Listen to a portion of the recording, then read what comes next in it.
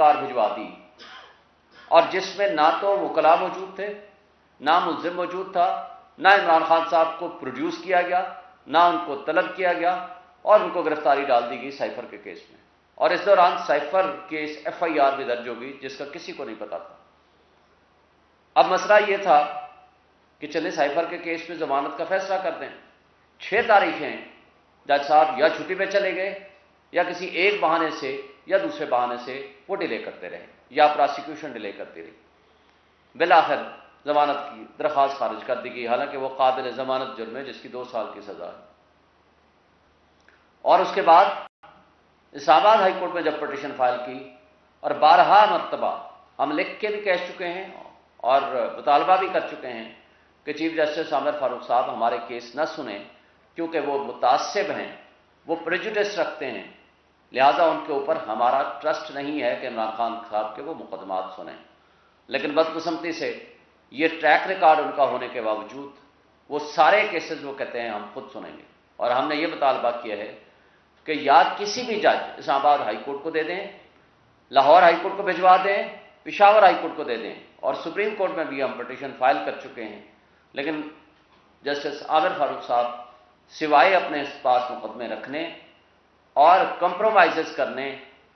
کے علاوہ کوئی ہماری پٹیشن کو انٹرٹین نہیں کرتے پراپرلی، جو ہمارا بنیادی حق ہے۔ اب ہم آتے ہیں کہ جو اس وقت ٹرانسفر کرایا، بجائے سائفر کیس میں وہ فیصلہ کرتے، پہلے کہا گیا کہ جناب میں یہ فیصلہ کروں گا کہ ان کیمرہ ٹرائل ہونا چاہیے یا اوپن ٹرائل ہونا چاہیے، لیکن ضمانت کا کیس تھا، اور ہم نے کہا کہ ضمانت کا کیس ٹاپ موسٹ پرائیورٹی ہوتا ہے، آپ اس پہ فیصلہ کر دیں۔ وہ فیصلہ کرنے کے بجائے انہوں نے ریزرو کر دیا، اور اگلے دن فیصلہ آیا کہ جناب یہ تو ابھی پراسیکیوشن نے لکھ کے ہی نہیں دیا کہ اس کو ان کیمرہ ٹرائل کیا جائے۔ اب ٹرائل کا فیصلہ تو ٹرائل کی سٹیج پہ ہوگا، ضمانت کا فیصلہ آپ بے شک کسی کی موجودگی میں نہیں، وکلاء کی موجودگی میں کر دیں، آپ فیصلہ تو کریں، لیکن اس کو انڈیفینٹ پیریڈ کے لیے تاریخ دے دی گئی۔ یعنی ضمانت کے کیس کا فیصلہ پینڈنگ کر دیا گیا، اور اس کا ٹرائل کی بات ہونے یا نہ ہونے کا فیصلہ بعد میں کیا جائے گا۔ بہرحال یہ ایک الگ قسم کی بدقسمتی ہے، لیکن پہلا جو ہمارا ہے کہ جو خان صاحب کو ٹرانسفر کیا گیا، انہوں نے کہہ دیا کہ جی ان کو ٹرانسفر کرتے ہیں، اور فیسلٹیز جو اویلیبل انڈر دی لا ہیں وہ دے دیں۔ لیکن بدقسمتی سے یہ سارا ڈرامہ رچایا جا رہا ہے کہ جناب پورے میڈیا میں کہا جاتا ہے کہ جناب B کلاس دے دی گئی، اور تمام وہ فیسلٹیز جس کے prime minister under the rules and law حقدار ہیں وہ دے دی گئی ہیں، جو کہ جھوٹ پہ مبنی ہے۔ ایسا بالکل نہیں ہے۔ ایک چھوٹے سے سیل میں ان کو رکھا گیا ہے کہ جو تھوڑی بہت واک کرنے کی ایک گنجائش یا ایک فیسلٹی اٹک جیل میں موجود تھی، وہ یہاں محدود کر دی گئی۔ پھر یہاں ہمیں خطرہ ہے کہ خان صاحب کے اوپر قاتلانہ حملے آلریڈی ہو چکے ہیں، اور جس کی کڑیاں PDM کی جماعتوں کی طرف جاتی ہیں اور طاقتور طبقوں کی طرف جاتی ہیں، کہ جہاں جو کچھ ہوتا رہا خان صاحب کی FIR نہیں کاٹی گئی تھی، آج ہمیں شدید خطرہ ہے ان کی لائف کو، ان کی زندگی کو۔ اسی طرح جس طرح آپ نے ماضی قریب میں دیکھا عمران ریاض کو اٹھایا گیا، آج وہ واپس آ گئے ہیں، لیکن وہ فزیکل اینڈ مینٹل جس حالت میں ہیں وہ سب آپ کے سامنے ہیں۔ اس لیے نہ تو کھانوں کا کوئی چیک ہو رہا ہے کہ کس طرح کے کھانے ان کو دیے جا رہے ہیں، کہیں خدا نہ خواستہ ان کے ساتھ کسی قسم کا بھی مسہیپ ہو سکتا ہے، اس طرح کی اور کوئی حرکت جو PDM کی جماعتیں ان کے پیچھے لگی ہوئی ہیں اور کچھ طاقتور لوگ جو پیچھے لگے ہوئے ہیں۔ تو ہم یہ وارن کرنا چاہتے ہیں تمام ایڈمنسٹریشن کو، تمام اداروں کو، اور تمام ان لوگوں کو کہ جو اس میں جو کوتاہی برت رہے ہیں، جو زندگی کو خطرے میں ڈال رہے ہیں، اگر خدا نہ خواستہ ایسا کچھ ہوا تو قوم آپ کو معاف نہیں کرے گی۔ ماضی میں آپ نے دیکھا کہ کس طرح ذوالفقار علی بھٹو کی شہادت ہوئی، اور وہ بھی کورٹس کے ذریعے کرائی گئی، اور کس طریقے سے بے نظیر بھٹو کی شہادت کرائی گئی، اور کس طرح عمران خان کے اوپر ایک نہیں کئی قاتلانہ حملے ہوئے۔ اللہ نے زندگی رکھی تھی وہ بچ گئے، لیکن اس طرز عمل سے، اس طریقہ کار سے جو کہ آج ان کے ساتھ سلوک رکھا جا رہا ہے، اور جو ہمیں انفارمیشن ملی ہے اس کی بنیاد پر ہم یہ عدالتوں سے بھی مطالبہ کرتے ہیں کہ بارہا ان کو لائف تھریٹس ملی ہیں، گورنمنٹ آف پاکستان نے بھی ان کو انفارم کیا ہے، اور اس کے علاوہ ہماری جو انفارمیشن ہے اس کے ذریعے اڈیالہ جیل میں ان کے ساتھ کوئی اس طرح کا خطرناک قسم کا منصوبہ بنایا جا سکتا بھی ہے اور اس کے امکانات بھی ہیں۔ اس لیے ہم بجا طور پر یہ سمجھتے ہیں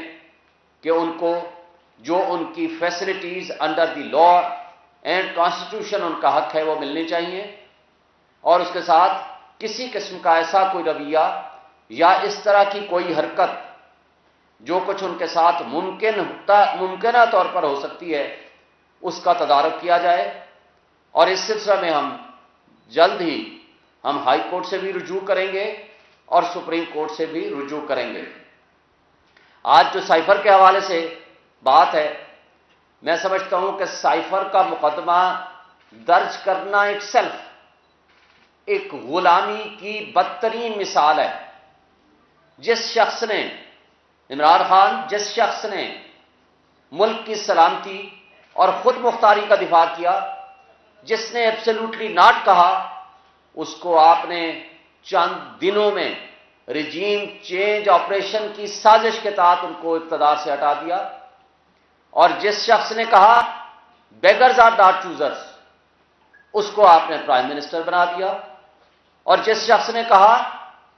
امریکہ ہماری وینٹیلیٹر ہے، اس کو آپ نے ڈیفنس منسٹر بنا دیا، اور جو سازش میں ملوثی کردار تھے ان کو یا تو آپ نے ان کے مقدمات ختم کر دیے یا ان کو اقتدار وہ بخشا کہ جس کی آج پاکستان نتائج بھگت رہا ہے۔ کل عید میلاد النبی کے موقع پر جو بربریت ہوئی، جو ہمارے انسانی جانوں کا نقصان ہوا، ہمیں اس پہ بہت افسوس ہے، مگر میں پوچھتا ہوں اپنے ان طاقتور ریاستی اداروں سے، اپنی ان انٹیلیجنس ایجنسیز سے، اپنے ان اداروں سے جن کی اور حکومتوں سے جن کی یہ ذمہ داری ہے کہ وہ دہشت گردی سے کو ختم کریں، جن کی یہ ذمہ داری سمتی سے کہ اس کیس میں ضمانت کا فیصلہ ہو گیا،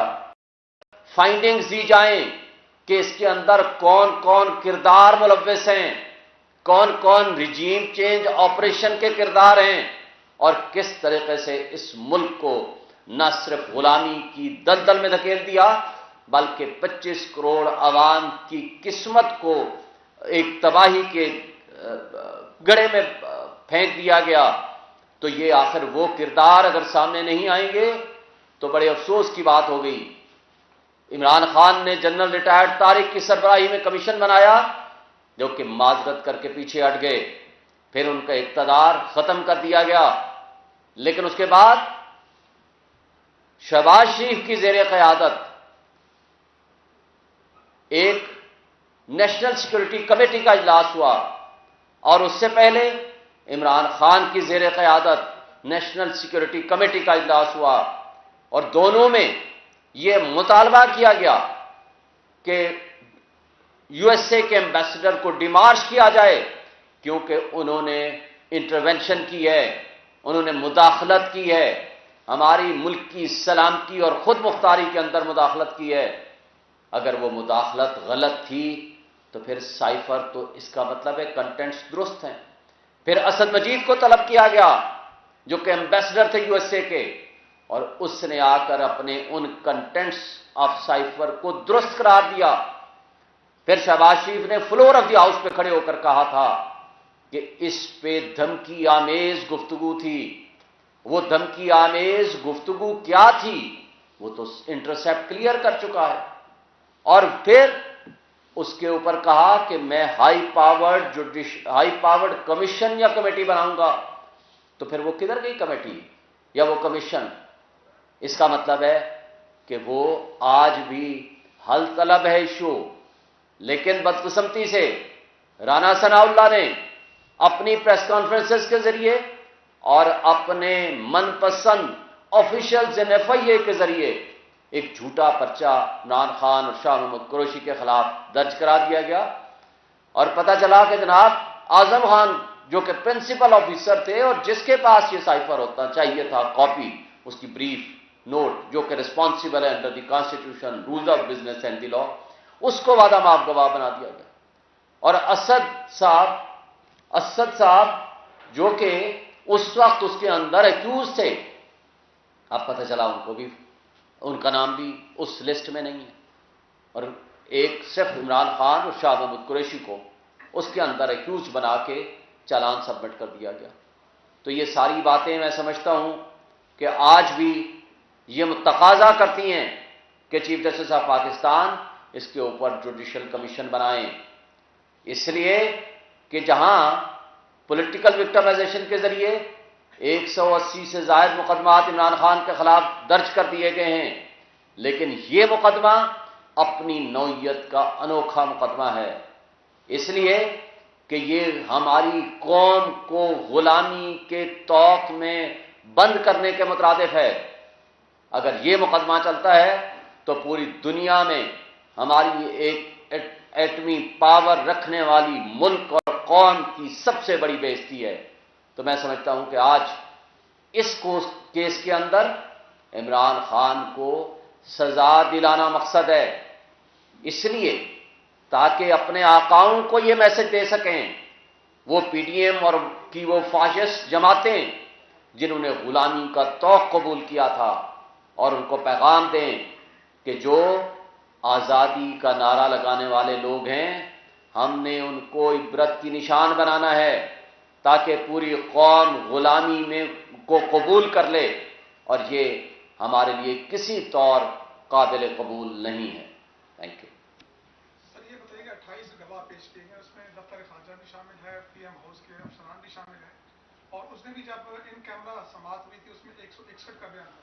یہ 164 کا بیان کب ہوا؟ یہ تو مجسٹریٹ کے سامنے ہوتا ہے۔ ایک بات تو یہ ذہن میں رکھیں کہ یہ ایف آئی آر اس لیے نہیں بن سکتی تھی کہ ڈی کلاسیفائی کرنے کا حکم ہوا کیبنٹ کے ذریعے۔ جب کیبنٹ جو کہ کمپیٹنٹ اتھارٹی ہے انڈر دی کانسٹیٹیوشن، وہ ڈی کلاسیفائی کرنے کا حکم دے دے تو ڈی کلاسیفائڈ ڈاکومنٹ کبھی وہ سیکرٹ نہیں ہوتا، لیکن اس کے باوجود اس کی آج بھی سیکریسی برقرار ہے۔ اس لیے جہاں تک آپ نے 164 کی سٹیٹمنٹ کی بات کی ہے، قاضی فائز عیسیٰ صاحب کا کیس حدیبیہ پیپر مل پہ اور اسحاق ڈار کی سٹیٹمنٹ کے اوپر پڑھ لیں، اور یہ قانون کا تقاضا ہے کہ جب تک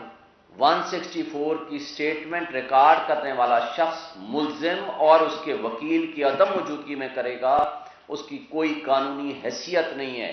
اور وہ نلیفائی ہوگا، اس قانون کی نظر میں اس کی کوئی حقیقت اور وقت نہیں ہے۔ یہ قانون بھی ہے، یہ سپریم کورٹ کا فیصلہ بھی ہے، لیکن بدقسمتی سے جو کچھ کیا جا رہا ہے یا کہا جا رہا ہے یا جن ملازمین کو پریشر ڈال کے ان کی سٹیٹمنٹس لائی گئی ہے، اوریجنل سائفر تو آج بھی موجود ہے۔ کہاں موجود ہے؟ وہ منسٹری آف فارن افیئرز میں موجود ہے۔ اگر آپ ایف آئی آر کے کنٹینٹس پڑھو، اس کے اندر لکھا ہوا ہے یہ کلاسیفائڈ ہے، حالانکہ ڈی کلاسیفائی کا حکم موجود ہے، کیبنٹ کا موجود ہے، بلکہ میرے پروگرام میں بیٹھ کے کئی دفعہ عطا تارڑ نے اور کئی لوگوں نے ایکسیپٹ کیا، ان کے منسٹرز نے، ہاں جی وہ ڈی کلاسیفائی کرنے کی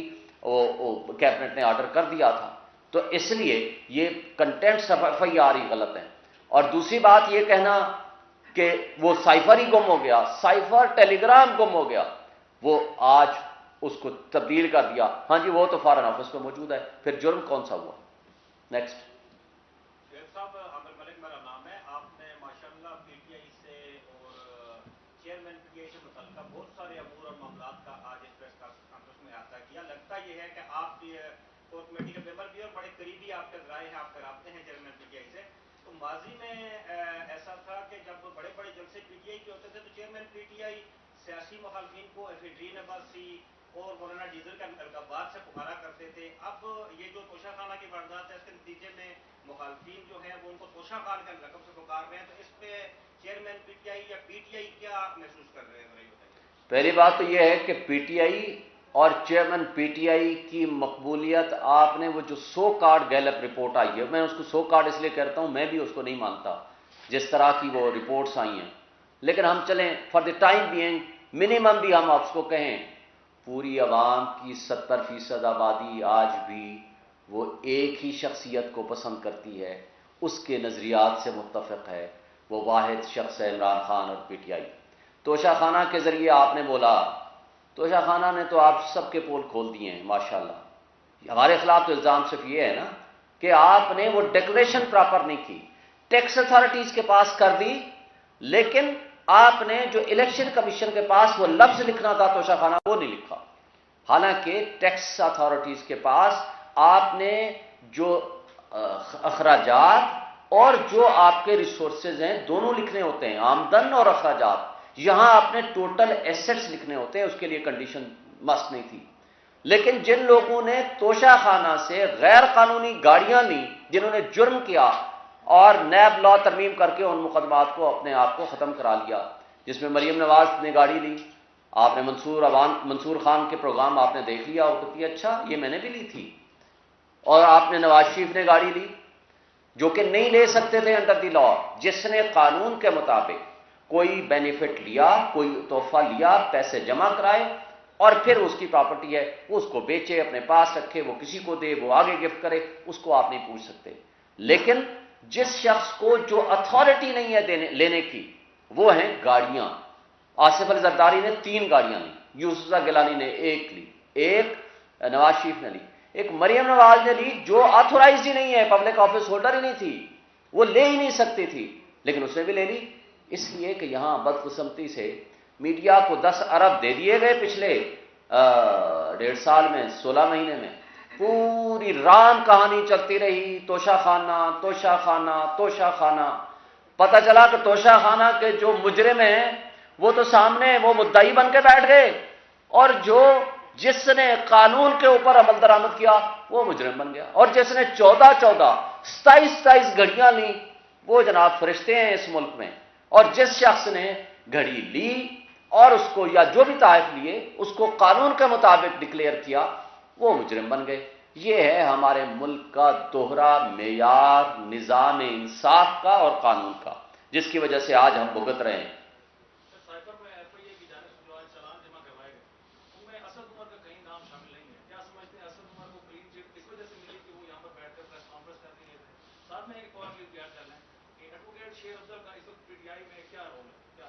دیکھیں پہلی بات جو آپ نے اسد صاحب کے بارے میں، اسد عمر صاحب کے بارے میں کی، سب سے بڑی معذرت کے ساتھ جو جڑ ہے نا وہ آپ کی یہ پریس کلب ہے خرابی کا۔ یہ میں مذاق میں کہہ رہا ہوں، کہیں سیریس نہ سمجھ دینا۔ جو اس جہاں پریس کانفرنس کر کے گیا وہ فرشتہ بن گیا، صرف ڈرائی کلین نہیں ہوا، وہ فرشتہ بن گیا، اور جس نے پریس کانفرنس نہیں کی وہ فرشتہ بھی وہ شیطان بن گیا۔ یہ ہے یہاں کا نظام انصاف اور نظام قانون۔ تو اسد عمر صاحب کی ایک پریس کانفرنس کافی نہیں تھی، کیونکہ اب تو ہائی کورٹ کے 2 معزز جج صاحب نے، جسٹس میاں گل حسن اورنگزیب صاحب نے، جسٹس ارباب طاہر صاحب نے، وہ کہ لائٹر نوٹ پہ انہوں نے کہا ہم تو 5 10 دفعہ ضمانتیں آپ کو دے دیں گے، ریلیز بھی کر دیں گے، لیکن اصل آپ کی رہائی تب ممکن ہوگی جب جاؤ پریس کانفرنس کرو۔ یعنی پریس کلب ہی وہ واحد راستہ ہے اپنے آپ کو کلیئرنس دلانے کا اور ایکوٹل کرانے کا، اس لیے کہ نہ اس کے لیے جج کی ضرورت ہے، نہ گواہ کی ضرورت ہے، نہ قانون کی ضرورت ہے، نہ کسی اور سسٹم کی ضرورت ہے، اس لیے آپ کے پاس آ گئے۔ آپ نے جو بات کی، دیکھیں ہمارے ہاں پی ٹی آئی سب سے بڑی پولیٹیکل پارٹی ہے اس وقت، اس میں کوئی شک نہیں، ہمارا مخالف بھی اس بات کو مانتا ہے۔ اب تو شکر ہے کہ جو مخالفین ہیں، خواہ وہ ادارے ہیں یا وہ پولیٹیکل پارٹیز ہیں، انہوں نے خود جو سروے کیا ہے، جو وہ کہ اپنے آپ کو تو بہت 88% پہ لے گئے ہیں، چلیں ہم جو بھی باتیں ہیں وہ الگ ہیں، وہ بھی مانتے ہیں the only largest political party all over the Pakistan, even Sindh میں بھی ان کو زیادہ ووٹ ملے کہ جی ان کی جو ہے پاپولرٹی ایون پیپلز پارٹی سے انٹیریئر سندھ میں بھی زیادہ ہے۔ تو باقی کے پی کا تو آپ نے دیکھ لیا، پنجاب میں بھی دیکھ لیا، لیکن وہ بھی یہ کہتے ہیں کہ سب سے بڑی پولیٹیکل پارٹی، اب سب سے بڑی جو پولیٹیکل پارٹی ہوتی ہے اس میں کروڑوں کی تعداد میں افراد ہوتے ہیں، اب ان میں ہر بندے کا اپنا ایک موقف ہوتا ہے، اور ہر شخص کا ایک دوسرے کے ساتھ اختلاف بھی ہوتا ہے، پارٹیز میں بھی اختلاف ہوتا ہے، اور ایک دوسرے کے ساتھ اپنے اپنے موقف بھی ہوتے ہیں، اور کسی کا اظہار کا طریقہ مہذب ہوتا ہے اور کسی کا اظہار کا طریقہ ذرا تھوڑا ڈفرینٹ سا ہوتا ہے. اور اس لیے کہ جو بھی اپنا موقف اظہار کرنا چاہتا ہے وہ خواہ سوشل میڈیا ہو خواہ وہ الیکٹرانک میڈیا ہو وہ کر سکتا ہے. لیکن اگر وہ پارٹی کا ورکر ہے تو اس کو چاہیے کہ وہ پارٹی میں جا کر کے اپنا شکایت درج کرائے اور پارٹی کو فیصلہ کرنے دے. اور پارٹی نے ایک بات بتا دوں کہ 5 ترجمان مقرر کیے ہیں، جس میں سے فروخ حبیب صاحب، رؤوف حسن صاحب، میں اور گوہر صاحب اور علی محمد خان صاحب. جو پارٹی کا ورژن ہوگا وہ ان 5 ترجمانوں کے ذریعے آپ کے سامنے آئے گا. باقی اب کروڑوں کی تعداد میں ورکرز ہیں، جو کوئی بھی اپنی اوپینین دینا چاہے، کوئی کمنٹ کرنا چاہے، کوئی کسی کے خلاف کرتا ہے. میں تو پڑھتا ہی نہیں ہوں، مجھے تو ظاہر ہے ہزاروں کی تعداد میں روز میرے خلاف بھی ہوتا ہوگا، کچھ میرے حق میں بھی لکھتے ہوں گے. تو ہم اگر اس کے پیچھے پڑ جائیں گے نا، یا ہم پارٹی بطور عمران خان سب سے موسٹ پاپولر لیڈر ہے، روز اس کے میرا خیال ہے ہزاروں تو نہیں لاکھوں میں اس کے حق میں بھی بیانات آتے ہیں، اس کے خلاف بھی آتے ہیں. خلاف آتے ہوں گے ہزاروں میں، حق میں آتے ہوں گے لاکھوں میں. اگر ہم ہر ایک کا جواب دینا شروع کریں گے تو میرا خیال ہے there will be no limit. Thank you. Sher Afzal مرود صاحب نے آپ کے خلاف بھی بیان دیا ہے، اس کے ساتھ ساتھ انہوں نے عدم برداشت کا مظاہرہ کیا ہے ٹی وی چینل شو پہ، وہ فزیکل ہو گیا ہے سینیٹر عدنان اللہ کے ساتھ، تو اس پہ آج ان پہ مقدمہ بھی درج ہو چکا ہے. تو کیا اب جو پی ٹی آئی کی لیگل ٹیم ہے وہ انہیں ڈیفینڈ کرے گی، انہیں بیک کرے گی یا نہیں کرے گی اس مقدمے میں؟ دیکھیں، پہلی بات تو یہ ہے کہ ہم سمجھتے ہیں، آپ کو اگر یاد ہو کچھ دوستوں کو، میں نے ایک بطور صدر اسلام آباد ہائی کورٹ بار ایسوسیشن ایک کنونشن رکھا تھا جس کا نام تھا برداشت معاشرے کی بقا اور عدم برداشت معاشرے کی تباہی ہے. یہ ٹائٹل تھا. بہت سارے دوستوں کو بلایا تھا، جس میں سے جرنلسٹ کی طرف سے میں نے حامد میر صاحب کو ریکویسٹ کی تھی. میں نے کہا جی آپ آئیں، کیونکہ وہ بھی سفرر رہا ہے بہت ساری اپنی اس عدم برداشت کا. اور بہت سارے اور دوستوں کو، بڑے پولیٹیکل پارٹیز کو بھی بلایا تھا، فرحت اللہ بابر صاحب کو بھی میں نے بلایا تھا اور کئی لوگوں کو، اسد عمر کو بھی بلایا تھا. دیکھیں، ہم اس پہ یقین رکھتے ہیں. میں نے پچھلے 2 سالوں میں آپ کے سامنے ہی ہے، ہزاروں کی تعداد میں، ہزاروں کا لفظ میں استعمال کر رہا ہوں، الیکٹرانک میڈیا میں ٹاک شوز کیے ہیں. وہ پولیٹیکل بھی کیے ہیں، وہ میں نے پارٹی کے بیس پہ بھی کیے ہیں، بطور صدر اسلام آباد ہائی کورٹ بار ایسوسیشن کی طرف سے بھی کیے ہیں، اور میں نے ایک تجزیہ کار کے طور پر بھی باتیں کی ہیں کسی بھی موضوع پہ. اور مجھے مختلف ministers, party leaders, top lower senators, لوگوں سے رابطہ رہا. اور آپ کے بڑے تلخ گفتگو کرنے والے آپ کے اینکر سے بھی رابطہ رہا. اور میں نے آج تک نہیں کہا کہ یہ شخص بیٹھا ہوگا تو میں نہیں بیٹھوں گا. میرا آج تک سارے دوست جانتے ہیں، یہ نہیں کہا کہ یہ ہوگا تو میں نہیں بیٹھوں گا، اور یہ بھی نہیں کہا کہ میں اس پروگرام میں تو جاؤں گا، اس پروگرام میں نہیں جاؤں گا. ہاں، یہ الگ بات ہے کہ میرے پاس ٹائم نہ ہو تو میں، لیکن ایک چیز پہ میں بلیو کرتا ہوں، آپ نے لوگوں کو ایک اگر اچھی بات نہیں بتا سکتے، جو کہ لاکھوں نہیں کروڑوں کی تعداد میں لوگ آپ کو دیکھ رہے ہوتے ہیں، پھر یہ آپ کے پروگرام یہ رجسٹرڈ ہیں، آپ کے پاس سیف ہیں. یہ اسی طرح جیسے منکر نکیر جو ہے نا، آپ کی چیزیں لکھ رہے ہیں، آج آپ منکر نکیر بنے ہوئے ہیں. استغفر اللہ، کوئی اسلامی غلط بات میرے سے نہ ہو جائے، میں صرف ایسے کہہ رہا ہوں. یعنی آج آپ کے پاس وہ چیز جو فرشتے تو لکھ رہے ہیں ہمارے سارے اعمال، لیکن آپ بھی رجسٹرڈ کر رہے ہیں ساتھ ساتھ جو آپ کے پاس آن ایئر ہم آتے ہیں. اور وہ جو رجسٹرڈ چیزیں ہیں، ساری دنیا جب چاہے یوٹیوب میں جائے اور آپ کے پروگرام دیکھ لے. کوشچن یہ ہے کہ ہم نے لوگوں کو سبق کیا سکھانا ہے. اگر ہمارے میں برداشت نہیں ہوگی، ہم پڑھے لکھے طبقے میں برداشت نہیں ہوگی، اگر ہم ایک دوسرے کے، ہم نظریات میں اختلاف رکھیں،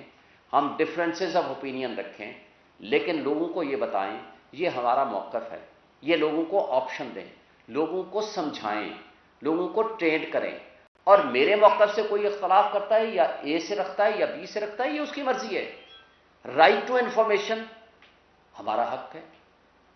اور right to information fundamental right ہے. لوگوں تک انفارمیشن ہم نے پہنچانی ہے، اور وہ انفارمیشن لیتے ہیں اور اپنی اوپینین ڈیولپ کرتے ہیں. اگر میں اور آپ یا ہم پڑھے لکھے لوگ ایک جگہ پہ بیٹھ کے اگر ایسی پریسیڈنٹ سیٹ کریں گے تو اس عدم برداشت نے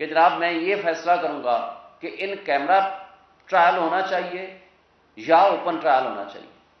لیکن ضمانت کا کیس تھا اور ہم نے کہا کہ ضمانت کا کیس ٹاپ موسٹ پرائیورٹی ہوتا ہے، آپ اس پہ فیصلہ کر دیں۔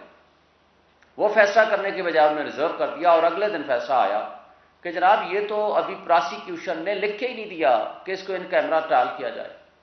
اب ٹرائل کا فیصلہ تو ٹرائل کی سٹیج پہ ہوگا، ضمانت کا فیصلہ آپ بے شک کسی کی موجودگی میں نہیں، وہ کلا کی موجودگی میں کر دیں، آپ فیصلہ تو کریں، لیکن اس کو انڈیفینٹ پیریڈ کے لیے تاریخ دے دی گئی، یعنی ضمانت کے کیس کا فیصلہ پینڈنگ کر دیا گیا اور اس کا ٹرائل کی بات ہونے یا نہ ہونے کا فیصلہ بعد میں کیا جائے گا۔ بہرحال یہ ایک الگ قسم کی بدقسمتی ہے، لیکن پہلا جو ہمارا ہے کہ جو خان صاحب کو ٹرانسفر کیا گیا، انہوں نے کہہ دیا کہ جی ان کو ٹرانسفر کرتے ہیں اور فیسلٹیز جو اویلیبل انڈر دی لا ہیں وہ دے دیں، لیکن بدقسمتی سے یہ سارا ڈرامہ رچایا جا رہا ہے کہ جناب پورے میڈیا میں کہا جاتا ہے کہ جناب بی کلاس دے دی گئی اور تمام وہ فیسلٹیز جس کے prime minister under the rules and law حقدار ہیں وہ دے دی گئی ہیں، جو کہ جھوٹ پہ مبنی ہے۔ ایسا بالکل نہیں ہے، ایک چھوٹے سے سیل میں ان کو رکھا گیا ہے کہ جو تھوڑی بہت واک کرنے کی ایک گنجائش یا ایک فیسلٹی اٹک جیل میں موجود تھی وہ یہاں محدود کر دی گئی۔ پھر یہاں ہمیں خطرہ ہے کہ خان صاحب کے اوپر قاتلانہ حملے آلریڈی ہو چکے ہیں، اور جس کی کڑیاں پی ڈی ایم کی جماعتوں کی طرف جاتی ہیں اور طاقتور طبقوں کی طرف جاتی ہیں کہ جہاں جو کچھ ہوتا رہا، خان صاحب کی ایف آئی آر نہیں کاٹی گئی تھی، آج ہمیں شدید خطرہ ہے ان کی لائف کو، ان کی زندگی کو۔ اسی طرح جس طرح آپ نے ماضی قریب میں دیکھا عمران ریاض کو اٹھایا گیا، آج وہ واپس آ گئے ہیں، لیکن وہ فزیکل اینڈ مینٹل جس حالت میں ہیں وہ سب آپ کے سامنے ہیں۔ اس لیے نہ تو کھانوں کا کوئی چیک ہو رہا ہے کہ کس طرح کے کھانے ان کو دیے جا رہے ہیں، کہیں خدا نہ خواستہ ان کے ساتھ کسی قسم کا بھی مسہیپ ہو سکتا ہے، اس طرح کی اور کوئی حرکت جو پی ڈی ایم کی جماعتیں ان کے پیچھے لگی ہوئی ہیں اور کچھ طاقتور لوگ جو پیچھے لگے ہوئے ہیں، تو ہم یہ وارن کرنا چاہتے ہیں تمام ایڈمنسٹریشن کو، تمام اداروں کو اور تمام ان لوگوں کو کہ جو اس میں جو کوتاہی برت رہے ہیں، جو زندگی کو خطرے میں ڈال رہے ہیں، اگر خدا نہ خواستہ ایسا کچھ ہوا تو قوم آپ کو معاف نہیں کرے گی۔ ماضی میں آپ نے دیکھا کہ کس طرح ذوالفقار علی بھٹو کی شہادت ہوئی اور وہ بھی کورٹس کے ذریعے کرائی گئی، اور کس طریقے سے بے نظیر بھٹو کی شہادت کرائی گئی، اور کس طرح عمران خان کے اوپر ایک نہیں کئی قاتلانہ حملے ہوئے، اللہ نے زندگی رکھی تھی وہ بچ گئے۔ لیکن اس طرز عمل سے، اس طریقہ کار سے جو کہ آج ان کے ساتھ سلوک رکھا جا رہا ہے اور جو ہمیں انفارمیشن ملی ہے، اس کی بنیاد پر ہم یہ عدالتوں سے بھی مطالبہ کرتے ہیں کہ بارہا ان کو لائف تھریٹس ملی ہیں،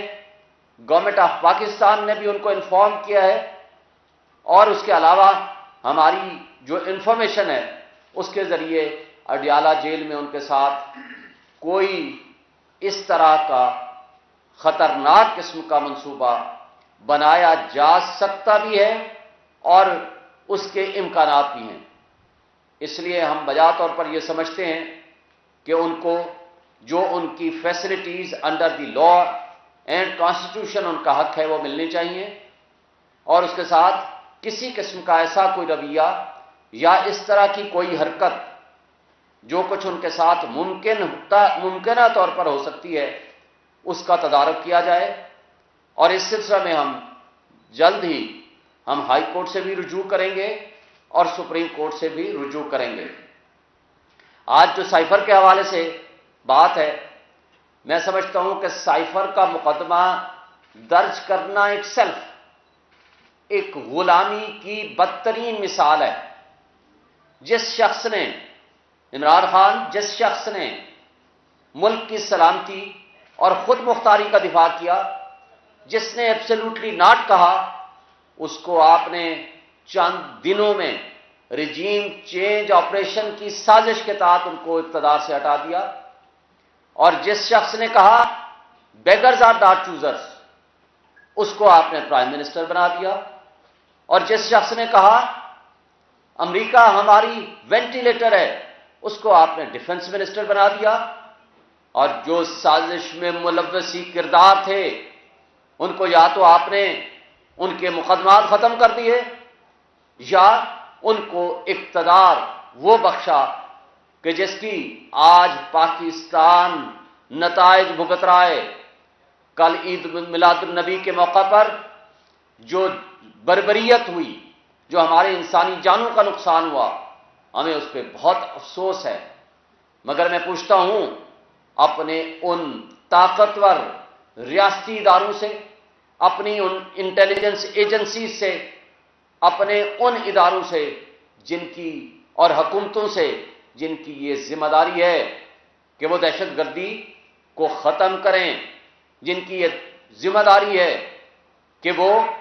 پراپر انٹیلیجنس بیسڈ آپریشنز کریں، لیکن ان کو بدقسمتی سے